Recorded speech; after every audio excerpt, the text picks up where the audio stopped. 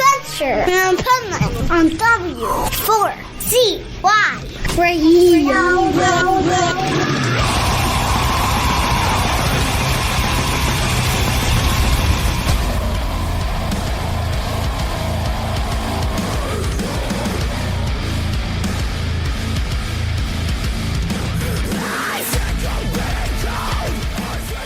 This is Pipeman here on the Adventures of Pipeman W4CY Radio, and I'm here with Steve from Wolves at the Gate.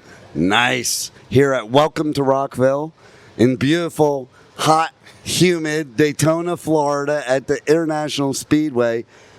So, first I want to just say off the bat, how are you even at this interview after doing 2 sets in a row at this festival?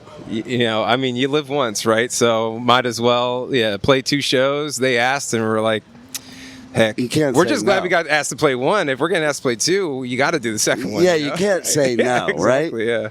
And how cool was it you were actually like playing in one of the NASCAR garages? Yeah, that was kind of Tell cool. me about that. Yeah, I mean, it felt like, getting to that stage felt a little bit like a pit crew and how they work. We had to work fast.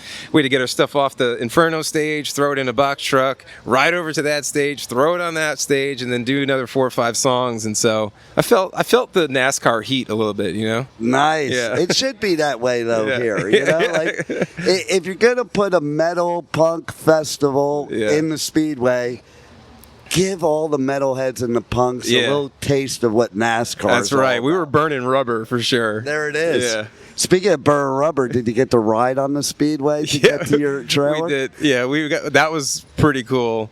We did get in a little trouble because I didn't realize how steep the sides are. Yeah. And so we're just like, we need to race, and we ran from the bottom up to the top, and then one of the crew guys was driving by, and he just waved his finger at us. He's like, "Don't do that." We're like, "All right, we're coming down." Now wait a minute. How do you even stay up there? I look at that wall. It's wild. And it's not like on TV. No. I'm like, you could fall standing there. I've joked around. Yeah. The first time we were at this venue, and I still do, I have my skateboard with me. Dude, that would be sick. And I'm like, I got Mike and Christine, I'm like, if I were to skateboard the wall, would I lose my credential? Yeah. You'd probably need somebody with a golf cart to start giving you some speed, to get up that. But that would be, I'd pay to see that. Right? Yeah. And it would have to be after all my interviews are done, because I'd break every bone in my body. Good chance. And so I have to get the interviews done first. For sure. And so, basically, by the way, we just got told it's orange. What's orange? Well, you have code yellow. Oh, the weather. Code orange. This is my 3rd interview of the weekend that happened, so hopefully it won't go to red real quick. Yeah. But, so, now let me ask you a question. Yeah. In the garage, it's like a smaller gig. Yeah. Smaller stage. Then on the normal stage, on the Inferno, it's like it's big boy stuff. Big, Yeah. Especially Wimmer Festival. Yeah. It's early in the morning, the last day, and it's still crowded out there. How does it feel to you, one opposed to the other? They both feel good. Yeah. But how is the differences? What's better about one? What's better about the other? I mean, one feels a lot more comfortable when home is the small stages. We've just done a headlining tour to get out to here, and we've just been packing out just small sweaty venues because that's what we're used to doing. And so when we got asked to do that, it was kind of a no-brainer. It's like that's what we've been doing for a week and a half already. So but doing the big stage is fun too, because for me it's like I like moving around. Although I'll tell you, man, moving around in this heat and the humidity and then having to get up to that microphone and sing, it's like, man, Steve, you better pace yourself, No doubt. Yeah, and I always say this all the time because I know it too from what I do. Is like you kind of get in the zone. Yeah. And you don't allow yourself to feel like shit. Yep. Till after it's over, Yep. and then you die. Yep. Yeah, except we only could die a little bit, and we had to resurrect ourselves and do another set. Yeah, right? Yeah, you had to put the dying on pause. Yeah, but we wanted to put it all out there, especially if getting this opportunity and being on the big stage. And so just put it all out there, and, whatever's left, if we're on fumes, we're just still going to rip it for that K-Pit show. So. And I would think, too, a lot of bands, once they are not doing small club venues anymore kind of miss it. Yeah, they do. Yeah, a lot of our friends that are in bigger bands, there's like like feeling your roots a bit. There's something fun about that, and I think it's fun. I think it's good to never lose that too, because that's what got you into it, and feeling the energy and feeling the music and just keeping it simple. I think too, for the fans, as somebody that's gone to a million shows, I do prefer the club shows. Yeah. Because it's more like you're part of the band and part of the whole thing. Yeah. And then, like, I look at some bands, one in particular who I love, who I won't name, but their stage is so huge, and it seems like they have too much room that they don't interact with each other. They're all in a different show. Yeah, that's always a tough thing to manage too. It's tough when you play the small gigs, because it's like I don't have the room I want to be free and have fun. But at the same time, having those big stages, you got to fill up that space. But I know there's it's something for everybody, and obviously there aren't bands that just play the big fests. I think it's always good to play the club shows, and I don't know. I think if you ask. It depends on who you ask, but I like club shows. Do you think that's why the big bands, when they're warming up for a tour, they do like a surprise club show? Yeah. Well, a lot of it's just to get the kinks out, get the nerves out, make sure everything's working right, because there are going to be a lot more eyes on you, and that's why it was good for us to be out on the road for a little bit before we did this, and just let it be second nature, Yeah, no doubt. Tell you a funny story about that. I'm from South Florida, and there's this venue in Fort Lauderdale called Cheers, like the show.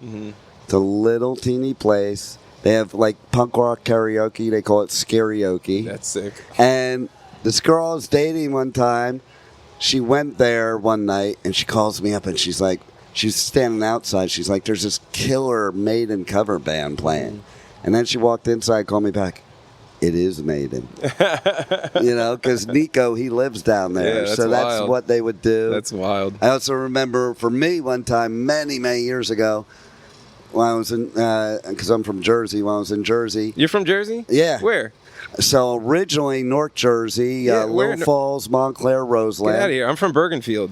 Nice. Yeah, man. Look at that. Jersey boy. That's right. There we go. We found some common ground there. Yeah, that's awesome. So then, you might know this place. It's in Old Bridge. It was called Art Stock's Playpen. We used to call it the Pig Pen. The Pig Pen. Right? Yeah, I've heard stories. So yes, and they're true. Yeah. And so I pick on the marquee, there's this band playing. I didn't know who the hell it was, and I went and I walked in, and I'm hearing Godzilla. I'm like, that's a pretty good cover tune. So on the marquee, it said Soft White Underbelly, which was the original name of Blue Oyster Cult. Oh, and that's it wild. was Blue Oyster Cult. Oh, that's wild. Right? I think that's cool when bands do that. Yeah, and a lot of them, they do use their original name that they never use. So it's only if you're really a hardcore fan will you That's know. hilarious. I don't think anybody would know our original name because it was just a joke. We only had that name for so our band started off just playing house shows at my house. Nice. So it's just the local college kids and local scene, because nobody would book us at first, and I'm just we're just going to do our own thing, and we didn't have a name. And my dad would always say this phrase when he hit his head. He would go, "Good night, doctor." Every time he hit his head. So I was like, "Well, we're Good Night Doctor." That's what we were for the first show. And I was like, "We need a real name because that's terrible." That would only be good if Michael Schenker was in your band. Yeah, that's sick. Oh my God, yeah. I always think too, it's so hard to be a band and come up with a band name nowadays, especially. They're all taken. You have to do stupid shit with symbols and backwards. And every band name can sound dumb if you think about it too long, and that's always the psychological battle you have. Well, it's funny. I interviewed yesterday. We got code redded during that interview. Yeah. But it was Psycho Stick. Yeah. And their original name was Asinine. Asinine? Yeah. So I called them Asinine in the beginning of the interview. And so basically, I'm thinking to myself, because they're jokesters, do all this slapstick stuff and make funny songs. They're like the Weird Al of metal. Yeah. And I'm like, man, that asinine one fits so perfectly with you guys. You should have kept that one. Yeah. I know. You teach people a new word, too, you know? Yeah, exactly. Okay, well, guess what? We're just in time for the red. So it's another code red. Sick. And give us any last things you want to tell the listeners. Stay tuned for new music. We got a lot coming, so. Nice. Well, it's been a pleasure. Thanks for being here. Thanks for doing 2 brutal sets and now getting evacuated. Yeah, exactly. Right after being on the Adventures of Pipeman. Sick. Thank you. Thank you for listening to the Adventures of Pipeman on W4CY Radio.